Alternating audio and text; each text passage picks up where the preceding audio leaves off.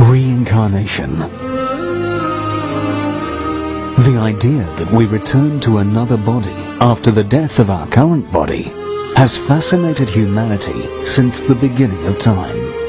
It raises arresting questions.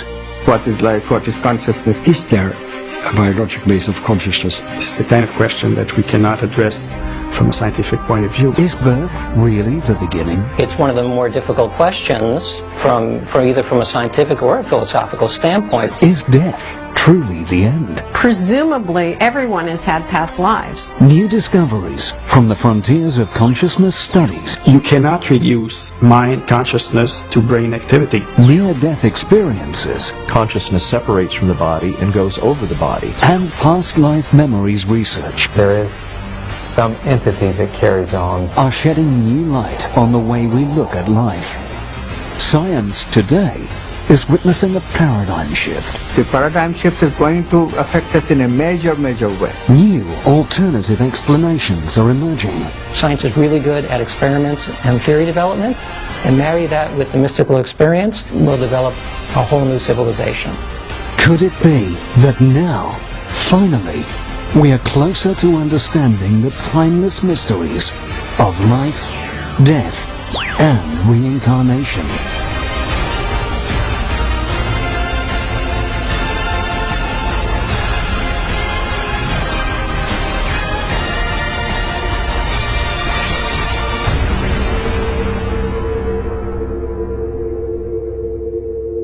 That point of me dying on that hospital bed, that's where everything kind of changed. I entered another state of incredible clarity. It was really beautiful. Time is so strange in the other realm. Time had almost stood still. As soon as I made the decision to come back. Today I'm grateful that this accident happened to me. It's dark, it's frightening, and then they see the small light, they're attracted to it. This is a paradox that I've not been able to resolve, I have not been found a solution to.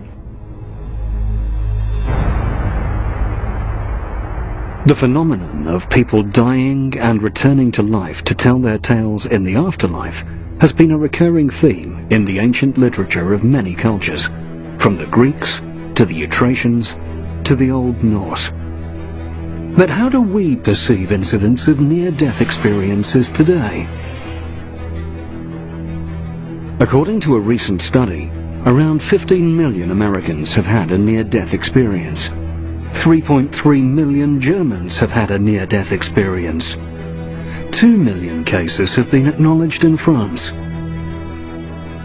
With similar statistical figures around the world, a growing body of evidence suggests that this widespread phenomenon should not be dismissed as merely myth or legend. Near-death experiences are often used dramatically in the arts to great emotional effect. But in day-to-day life, such occurrences create a lot of questions.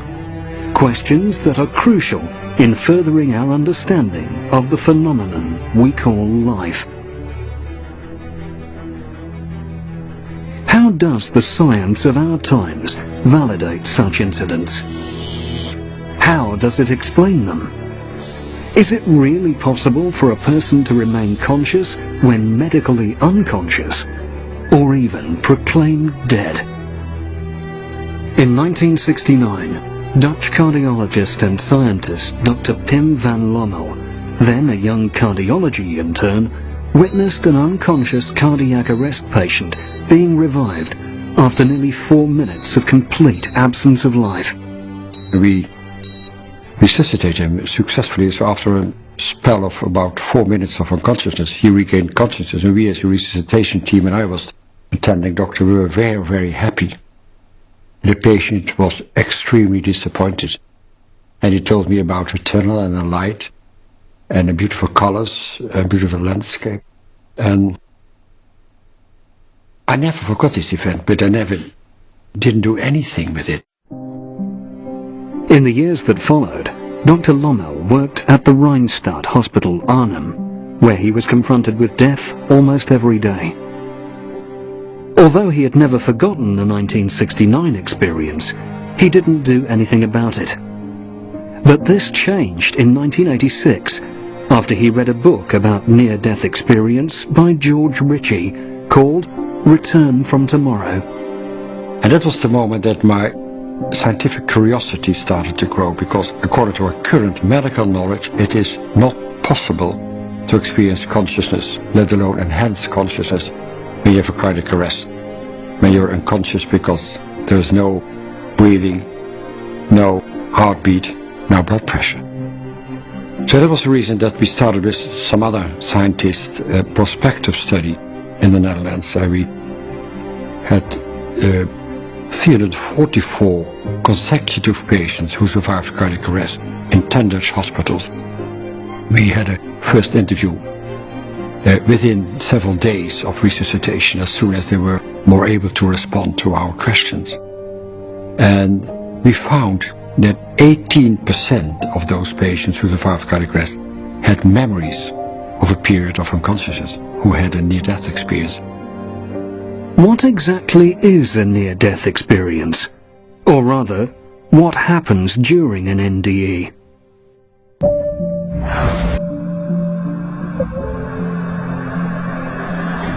I saw beautiful landscapes. I saw extraordinarily beautiful colours.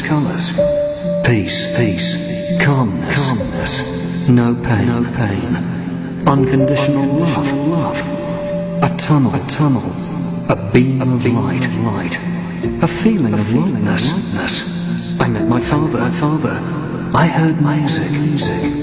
I saw my relatives in another country. I saw and heard what the doctors were doing. I was floating.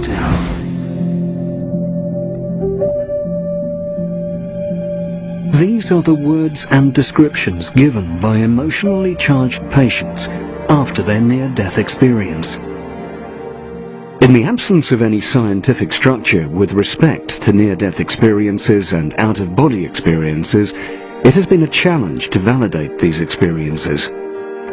Improved survival rates because of modern techniques and resuscitation have led to more and more people coming out and sharing detailed accounts of their experiences. The absence of a frame of reference for these experiences, as well as their subjective nature, has led bold researchers to look beyond the obvious and question the very basics of our understanding about how science views such phenomena.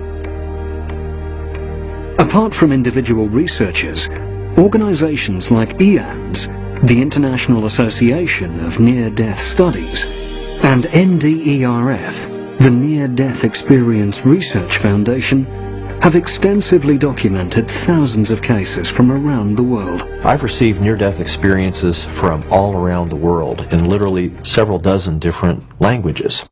One thing that is very clear to me as a near-death experience researcher is that it doesn't seem to make any difference whether you're, say, a Hindu in India, or a Muslim in Egypt, or a Christian in the United States. Wherever you are in the world, you can have a near-death experience, and the content of that near-death experience will be strikingly similar wherever on the planet you are. In the year 2001, the much-acclaimed medical journal The Lancet published Near-Death Experience in Survivors of Cardiac Arrest, a prospective study in the Netherlands by Dr. Pim van Lommel. It took the medical world by storm. Never before had such a systematic study been conducted into the experiences of people who were declared dead and then brought back to life. And never before have we seen such a clear illustration of how these people's stories could affect our way of thinking about life and death. We did the prospective study and the longitudinal study in the Netherlands in 10 Dutch hospitals, which took 10 years. No funding at all, just volunteers, because there was no institution who would pay any penny for such studies.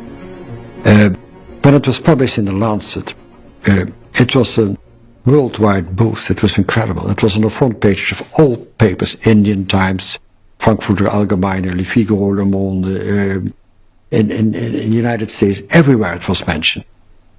Not always well quoted. There were some papers that said the scientists proved the soul, which we didn't. But there's always a problem with journalists, they don't quote well. But mostly what it is in a scientific world, it was more accepted near-death experience is still a huge taboo. But it's going better. But also death is a huge taboo in our Western world. While death might be a taboo subject for many people, returning from death is something that the medical fraternity experiences routinely. Sometimes you have to nearly die to tell a tale that can offer insights into the unknown. Anita Mudjani's is one such story. Her extraordinary NDE made her an international sensation. In April 2002, she discovered a lump at the base of her neck. I went to the doctor to have it checked, and the doctor conducted a biopsy. And after the biopsy, he confirmed that it was lymphoma, Hodgkin's lymphoma, in fact. And they staged it at what they call staged 1A, but he said it was a little more than 1A, close to 2A, which means it was like just a little past the early stages. Over the following years, despite trying all kinds and modalities of treatments, the cancer continued to grow throughout her lymphatic system. She developed open skin lesions. She had tumours the size of lemons from the base of her neck to her lower abdomen. On February the 2nd, 2006, 4 years after she had been diagnosed with cancer, Anita did not wake up. The doctors declared that these were her final hours and that her organs had now begun to shut down. I met with Anita's doctor later that evening when he came in. And at that time he said to me that Anita's probably not going to make it through the night.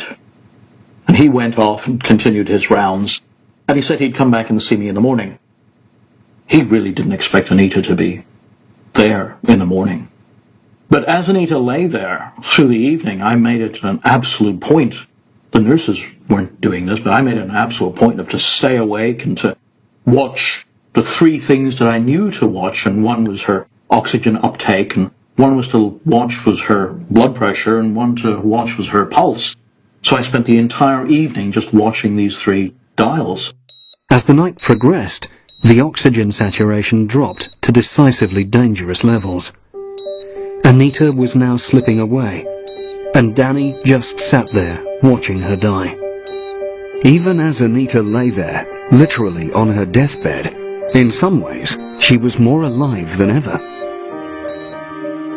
It is usually in just such life-threatening situations that a person experiences an NDE. Near-death experiences can occur during a life-threatening event where physical compromise is so severe that there's loss of consciousness. Many circumstances where near-death experiences are reported. For a scientific point of view, we needed cardiac arrest patients, because first of all, you can do a prospective study in cardiac arrest patients. Secondly, we know that in cardiac arrest the brain doesn't function at all. So this is scientifically important. But there are also near-death experiences reported during surgery, during coma, because of a traffic accident, or coma due to an intracerebral hemorrhage.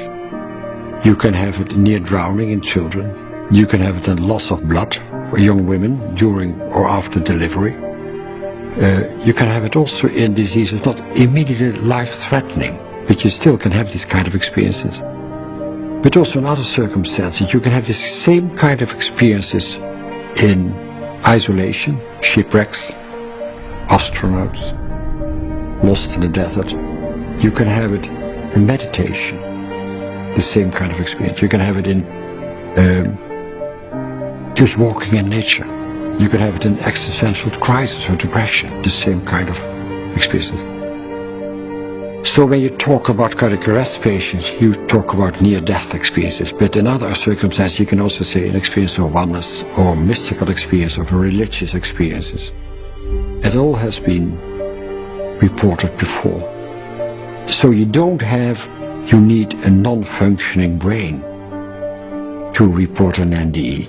In the prospective study conducted by Dr. Lommel, out of the 344 patients, 18% of them reported undergoing near-death experiences during the period of cardiac arrest and cardiopulmonary resuscitation.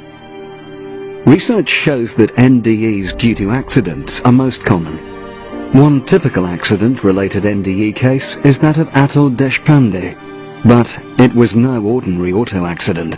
I joined the Air Force in 91 and I went into the fighter stream. I flew MiG-21s, then I flew MiG-27s, and I flew them for about 8 years till I had my accident. Atul, a fighter pilot in the Sea Flying Squadron of the Indian Air Force, had an NDE when, during a routine sortie, his combat jet spun out of control due to technical failure, and he was forced to eject out of the plane. No amount of training that he had gone through prepared him for the real experience. There are a lot of checks and balances and a lot of effort goes into ensuring that you are prepared or you have logically thought through everything that can go wrong, including the experience of dropping us from an helicopter into a lake, so that you know you have gone through almost everything. But it's a logical and it's a mind interpreted thing. It is not an experience. The experience of an air accident or an experience of something is something that you live through. It's just that you have prepared for it, but you are experiencing it first time. On the 8th of September 1998, Atul was not supposed to fly. He was called in to replace a sick pilot. Reluctantly, Atul agreed to carry out the routine sortie that he had done a number of times before. I was supposed to drop a bomb on a range. Generally in the Air Force you have these ranges where you go practice bombing, so that in case of an eventuality, in case you're going into war, you have practiced how to drop a bomb. So that is what I was supposed to do that day. There was nothing out of the blue, or it was just a normal routine sortie that I would have done so many times before in my life. It was just you go over a range, standard procedures are there. I had one more person. Fighter aircraft tend to fly in groups, so we were two of us together.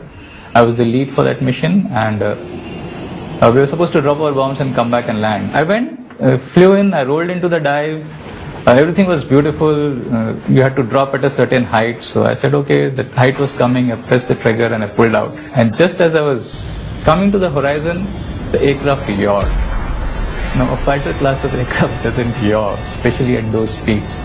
And that's where everything kind of changed, because we have onboard computers, and the yaw lasted 125 milliseconds. But I remember my legs moving, trying to counter the yaw with the rudder.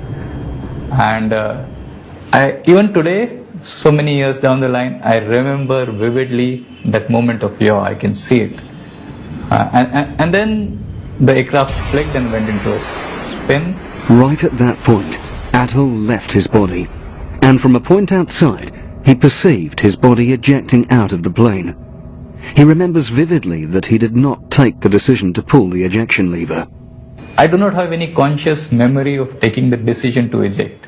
Now, as a pilot, you're trained to eject, so you know that sometime you have to take the decision to eject, and you're supposed to tighten your straps so that the ejection is also safe. So there has to be a process where you decide, yes, now things are out of control, I need to get out of this aircraft.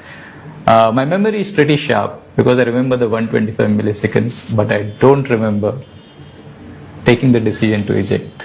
I always wonder, if I didn't, then who? So this is a paradox that I have not been able to resolve, I have not been found a solution to.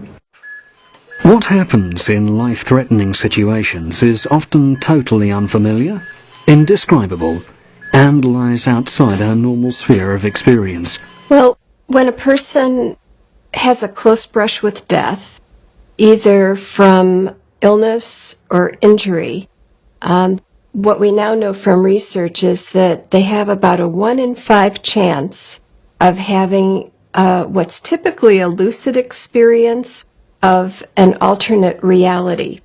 And that alternate reality has two aspects to it. One is material, and that's where the person is perceiving the material world from a position outside of their body.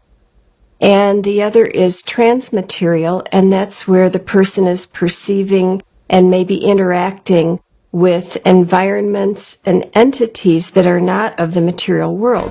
In both their individual NDEs, Anita and Atul experienced a feeling of peace and fearlessness. The fear was completely gone. I had lived my life in fear, and especially those 4 years of dealing with cancer. It was like every morning I used to wake up and all I felt was this fear of how am I going to get rid of this cancer in my body. But now in this realm, it was like the fear was just gone. Everything was calm, there was no noise. There was peace at a level. In her NDE, she heard a conversation between her doctor and her husband, in which the doctor was extremely negative in his prognosis of her condition. She saw her younger brother sitting in a plane on his way to meet her, a fact that she was not aware of when she slipped into her coma. Events that were beyond her ability to know. I was aware of everything that was happening around me. I was aware of things that were even being said outside the room of where I was. I also became aware that my brother was on a flight, on a plane from India trying to get to me. And I was aware that he wanted to get to me before I was dying. And I clearly remember feeling that I need to stay alive. In their NDEs, both Anita and even Atul became aware of another reality, contrary to the physical one that we know. It was just so blissful and so peaceful, and I felt this incredible lightness, just very, very light, and the pain was gone, and I just never felt so beautiful before. I just never recall ever feeling that. And also the love that I felt. For the first time, I felt like I was loved just unconditionally, just because I existed. It was really beautiful. It was one of the most beautiful sights I've seen in my life. And I could see my aircraft spinning like an autumn leaf. It was really beautiful. Everything was calm. There was no noise. There was peace at a level.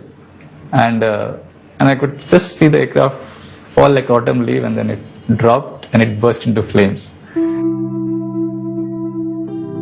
For many people, the overwhelming feeling of peace, joy and bliss constitutes the most remembered element of their experience. The intense pain of the trauma is suddenly completely gone. And a lot can happen during that period where the person typically feels absolutely peaceful and calm. The person typically has 360-degree global vision. They also can both see and see through solid things like walls. So there's some unusual aspects to their perception in this state. But things typically appear as they normally do, like blue looks like blue, and people are recognizable. But people do sometimes say that in this state, they're not exactly seeing the way they do with physical eyes. It's more like they're perceiving energy patterns. But not all NDEs are pleasant, peaceful or calming. About 15% of the patients with a positive near-death experience have a frightening period when they are in a dark room. To their horror, they sometimes find themselves pulled deeper into darkness. The experience is devoid of positive emotions and later stirs profound feelings of guilt. It's dark, it's frightening, and then they see the small light, they're attracted to it, and they describe it as a tunnel. But perhaps only 1 or 2% of those people go down in this dark room, and they have experiences like what is written by Dante in the Hell, Divina Commedia, Divine Comedy. And he must have had an NDE as well, Dante, because he can describe exactly what people can perceive in this hellish environment. When they come back, they are feeling guilt that they were there because of Christianity, because of the church. Terrifying NDEs may produce long-lasting emotional trauma, but coming to terms with this experience may eventually bring a positive change. An important element of the NDE is the out-of-body experience, or OBE. The OBE begins with a patient's sensation of consciousness leaving the physical body, accompanied by some fear, and followed by an attempt to return to the body. They often feel liberated and amazed at the sight of their lifeless or seriously damaged body. The most common vantage point is from the ceiling, and because of this unusual position, some people initially fail to recognize their body. They experience their new weightless body as a spiritual or non-physical body that can penetrate solid structures. It is impossible for them to communicate or touch others who are present. To their utter amazement, they go unnoticed, even though they can see and hear everything. OBE is of scientific importance because doctors, nursing staff and relatives can verify the reported events as narrated by the experiencer. One of the most famous cases is also from our study. Well, the 44-year-old man who was found in a meadow by some passers-by, and they didn't really start resuscitation. They did some pressing before the ambulance came. After admission to the coronary unit, he received artificial respiration with a balloon and a mask, as well as heart massage and defibrillation. While intubating the patient, the nurse discovered that the patient was wearing dentures in his mouth. The nurse removed the upper denture and put them on a crash cart. After approximately 90 minutes, the patient had sufficient heart rhythm and blood pressure, but he was still in a deep coma. He was in coma for 1 week. Then he regained consciousness and was transferred back to the cardiac ward. He was just there, then the nurse came in for medication, and he saw the nurse and said, "You were the one who took out my dentures. You know where my dentures are." And he couldn't explain exactly what had happened. He couldn't explain the small room where he had been resuscitated. He came in coma without any breathing, without any blood pressure. Deep, deep coma. He could describe the appearances like the doctors and the nurses, also the nurse who were there. And he said he had seen everything from a position out and above his body. He could describe details were impossible to see from the position where he was lying. And he was very impressed with it. The nurse was impressed as well, because the nurse knew that this all happened when this patient was in deep coma and in the course of resuscitation. So that's another proof that you don't see with your eyes at this very moment, because you're not in your body. Interestingly, among the reported cases of NDEs, there are numerous cases of blind people seeing and deaf people hearing. People that are blind include even those born totally blind who've described highly visual near-death experiences. I interviewed a lady named Vicky who was born totally blind. In 1951, Vicky was born extremely prematurely after a pregnancy of only 22 weeks. She was immediately placed in a very primitive incubator and administered 100% oxygen. Such a high concentration of oxygen led to complete damage of her eyeball and optic nerve. Vicky's much publicized NDE has been a subject of debate among skeptics and researchers alike. She was hurled out of her car in a traffic accident in 1973 and suffered multiple fractures to her basal skull and severe concussions which left her in a coma. That is when she experienced an NDE. When you're born totally blind, vision is unknown and unknowable. You simply cannot explain vision to somebody born totally blind in terms of the remaining 4 senses. It's impossible. Vicky had a bad auto accident when she was in her early 20s, and the first time in her life that she saw herself was when she had a near-death experience in the hospital emergency room. In the emergency room, she was able to see from a position above her body. There, above her body, she was immediately horrified. Vision was new and unfamiliar, and something she simply had no prior life experience with. But only when she calmed down did she become aware that that body down below her was her. She was able to correlate the feel of her long hair, and interestingly, the feel of a ring that her father had given her, which he'd only known during her whole prior life by a sense of feel. Now, she was able to see it with vision and understand indeed that was her down below, and that was the beginning of her very detailed, if you will, typical near-death experience. Could Vicky's observations have been a figment of the imagination? Without a functioning cerebral cortex or any sensory perception, it's difficult to see how. Blind people from birth who even don't have pictures in their dreams can have perception from a position out and above the body during NDE. For the first time, they have perception. People who can't hear know what is said. It's a kind of thought transfer. It's not hearing, but they know, because when you say something, you first think it. So they know the thoughts of people. Such cases are forcing scientists to consider new ideas about the relationship between consciousness and the brain. With our current concepts, you cannot explain near-death experiences, so we have to change our concepts. And I think that was the challenge based on this scientific prospective studies on near-death experience, to discuss again how consciousness is related to brain function. And when we ask ourselves, where am I during sleep? Where is my consciousness during sleep? Or how is it possible that people in deep coma can explain later when they regain consciousness that they know exactly who were there, how they were looking, what was said, which family members were visiting them during coma. They could see in and around the ICU, in the rest of the hospital they could perceive. How is it possible that people during general anesthesia, during surgery, mostly during complications of the operation, can have perception out and above the body, know what is happening, know what the surgeon said or thought, even thought? How is it possible that people in cardiac arrest, when the brain doesn't function at all, can have this enhanced consciousness? So we know the facts, and this fact doesn't fit with the current neuroscientific ideas we have. So we have to change these concepts as well. These cases of blind people who during near-death experience are able to perceive their surroundings and even see mentally their own body suggest that there are other ways of perceiving.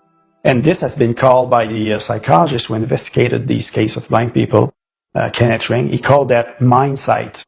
So it's a form of perception that is mental, because in that kind of state, especially if there's a cardiac arrest, the perceptual system, the visual system, for instance, of the patients, the experiencers, was not functioning, which means that it's possible to have access to perceive the world and ourselves, but using something that doesn't have anything to do with the nervous system. Occasionally, a patient waking from coma may report an exceptionally clear consciousness during coma. Despite a total absence of demonstrable brain activity, patients talk about having lucid thoughts, memories, emotions, a sense of identity, and verifiable perceptions from out and above their body. It's not only the blind and deaf, but people across all age groups that have reported experiencing an NDE. NDEs have been reported in young children and later verified. Children's NDEs are especially interesting because they have not been exposed to culture as much, so supposedly their experiences are purer, less contaminated, so to speak, by expectations and so forth. And interestingly, research shows that they have a lot of the same features as adults' near-death experiences and a lot of the same after effects. Whether it's children, young adults, or grown-ups, the NDE elements unfold with amazing consistency. All of us people investigating near-death experiences see the same pattern of elements. Consciousness separates from the body and goes over the body. From that vantage point, they can see ongoing earthly events which may include their own frantic resuscitation efforts. After that, they may go into or through a tunnel. Often at the end of the tunnel is a beautiful, mystical, unearthly light. And then once they pass into that area of light, they may be in unearthly landscapes. Often they're described as being beautiful without any comparison on Earth. There may be colors there that are so beautiful that they don't even exist on Earth. They may hear music so lovely that it is beyond anything possible on Earth. In these unearthly realms, they may have what's called a life review, where they see part of their prior life. They may see their deceased loved ones. They may have joyous reunions that people they knew on Earth who died. I became aware of my father who had died 10 years prior to this experience. And it was like he was there to greet me. I had lost my best friend. She was like a sister to me. I had lost her 2 years prior to cancer. I encountered her in the other realm. And again, all I felt from her was absolute unconditional love. And I had missed her so much in these last 2 years. Finally, Anita reached a point in this other reality where she had to make a choice whether to return to her physical body or continue on in that realm. I really didn't want to come back. I just didn't want to come back because it was so incredible on the other side, and my body was so sick. I couldn't see any good reason to come back. Not only was I suffering in that body, but even my family was suffering. In a moment of clarity, Anita understood that if she were to make the decision to come back to her physical body, then the body would heal itself of the cancer. Now that I knew what I knew, that if I chose to go back into my body would just heal. The cancer would heal very quickly. I just knew that. When people experience deceased loved ones, spiritual entities, they usually, I would say almost always say that communication is mind to mind, that there's no intercession of language. Sometimes people do report hearing language, but it's that's the exception.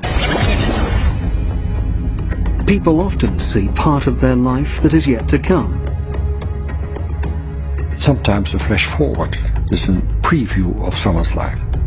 Then they come to a border, and they know at that moment that if I cross this border I will not come back, and then they hear a voice.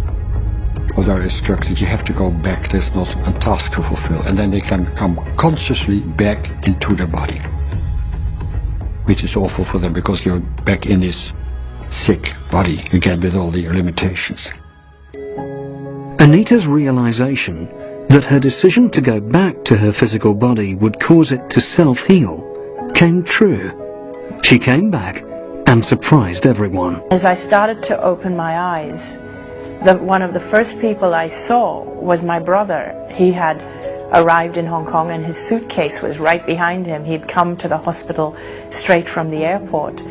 And I smiled at him, and in fact my family then gathered around me, my husband, my mom, and they were all smiling because they were really surprised that I was coming out of the coma. They were actually quite thrilled. In comparison, Atul's NDE was a short one. He came back to his body even before his parachute touched down. And then I started descending with the parachute, and I said, now I'm going to go into the fire. And I said, no, what do I do with this? Suddenly, I don't know from where, one gust of wind came and I kind of landed about 100 meters away from the aircraft. And I ran because the aircraft was exploding. I was very close to it. So I ran for about 100-150 meters and I hid behind some boulders. The helicopter came, they picked me up. I walked about 200 meters, 300 meters till there, and I lay down. After that, for 7 days, I just couldn't get up. Whatever the duration of an NDE, in both cases, time seems to have lost its meaning. Time is so strange in the other realm. It was almost like within that instant that I had actually decided I didn't want to come back, it was like I entered another state, which was a state of incredible clarity. And in that moment, I felt as though I understood everything. I understood why my life was the way it was. I understood how every decision that I had made in every moment in time of my life had led up to that point of me dying on that hospital bed. Time had almost stood still. So that was the kind of feeling, or that's the kind of memory that I have. And these memories are really vivid and I can still recollect them. In near-death experiences, people say that time really loses meaning. It does not exist in that experience the way it exists in material existence. But there's this paradoxical thing where at the same time that they say that everything happened at once, they also say that things did happen in a kind of a sequence. So this is just one of the many paradoxes that makes these experiences really difficult to understand from our perspective in the material world. Over the next few days, Anita's story started to come out as she started talking about her experience. Although still very sick physically, Anita felt euphoric after her NDE. When the doctor came in about 3 or 4 days later and he felt that the tumors had gone down by about 70%, he was really, really like in total shock and surprise. He didn't even know what to write in my medical records, and he actually said that. He said, your case is amazing. I don't even know what to put in your medical records. And it was almost as though he made the gesture that he wanted to throw my records into the bin, as though he doesn't even know how to move forward from here. So he thought the best thing to do now was to just keep running more tests to see where my body was at in terms of the cancer. I think what's also remarkable about Anita and her incredible healing following her near-death experience is that we've seen other people that have had near-death experiences that had astounding and from time to time, in my opinion, medically inexplainable healing. It really makes you wonder about some of these things that go on in near-death experiences. In fact, sometimes people are aware during their near-death experience that they're going to come back healed or will recover rapidly, and almost invariably that's actually what happens. Atul's recovery played out a little differently, but with an amazingly similar conclusion. At first, his injuries were not apparent, but as they started to surface over a span of almost 2 years, the doctors declared that he would live a highly handicapped life, and that he would be unable ever to lift more than 2 kilos of weight. So at the end of 2 years, they knew exactly what all was wrong. I had a lot of L1, L2, L3, L4, L5, had problems there. I had some problem in D1, D2, I had a burst fracture, I had some damage in the disc, I had about 3 discs were damaged between L1 and L5, I don't remember now where. And that said that I can't lift more than 2 kgs of weight, and they said my life will be downhill from there, so they said we wish you luck. And they said smile whatever happens. But thank God they said smile, because I smiled and everything changed. Today I can lift about 22 kgs. In both cases, the doctors were astonished and refused to acknowledge something that medical science could not explain. It's such a problem for most physicians to accept that there is a kind of spontaneous healing. There are no publications about spontaneous healing because you need more cases to do statistical analysis, and the problem is these kind of cases are never collected together. What is it that astounds the medical fraternity? Skeptics put forward various physiological and psychological theories to explain the phenomenon of NDE. Many scientists assume that an NDE is caused by oxygen deficiency in the brain. Others believe psychological reactions, such as fear of death, play a role. Although NDEs occur in extremely diverse circumstances, they are most frequently reported after severe impairment of brain function. Well, there have been a lot of explanations, especially in the time that there were just retrospective studies. People thought it is due to anoxia, lack of oxygen in the brain. It's just the end of the functioning of the brain, and you get all kind of strange aspects of your consciousness. But we know now by these prospective studies that the brain doesn't function at all. It's not in the first or last seconds of unconsciousness. It's in the middle of the period when there are no brain stem reflexes, no body reflexes. Nothing except the EEG is flatline. So it cannot be anoxia of the brain. Then you have a side effect of medication. We found in our study that whatever medication they got didn't make any difference. When you are in coma for 3 weeks and artificial respiration, you have a lot of medication. Didn't matter at all. Or for other people who regain consciousness within 5 minutes. So also the side effect of medication we could exclude. Since the beginning of NDE research, there have been repeated claims that an NDE is an hallucination. Could NDEs be mere hallucinations? The answer, absolutely no. Reason is a hallucination is an unreal, that's why it's called hallucinatory experience. And yet, when you look at near-death experiences, when they have that out-of-body experience and can see ongoing earthly events, and about 45% of near-death experiences describe this, in that out-of-body experience, what they're seeing of ongoing earthly events, even if it's geographically far from their physical body, is almost always absolutely accurate, even down to the finest detail. They're absolutely not hallucinatory or unreal experiences.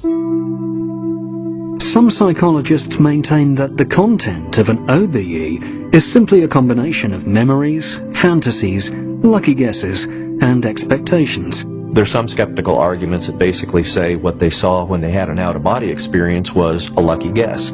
they had that gap of unconsciousness and then the memory just simply recreated what they thought would have happened. That would make sense if their out-of-body observations during a near-death experience were very often wrong or unreal, and you almost never see that. We've had people that have coded, if you will, in the operating room, had their consciousness leave their body and go to the hospital cafeteria where they can see and hear what their family members are talking about, where they're far away in the hospital, coded and under a general anesthesia, and yet, in that example, what the near-death experiencer saw and heard was later confirmed as absolutely accurate.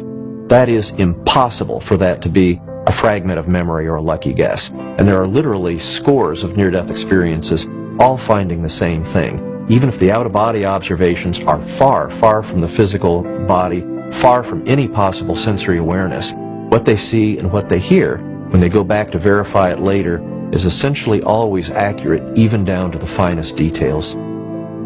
It has also been alleged that NDEers tell deliberate lies to look interesting or to impress others. Never met a person who tried to fraud me. Because the moment you see a person and try to find words for such an emotional experience, you know it's true. I've never met a person who tried to fraud me. Never, never.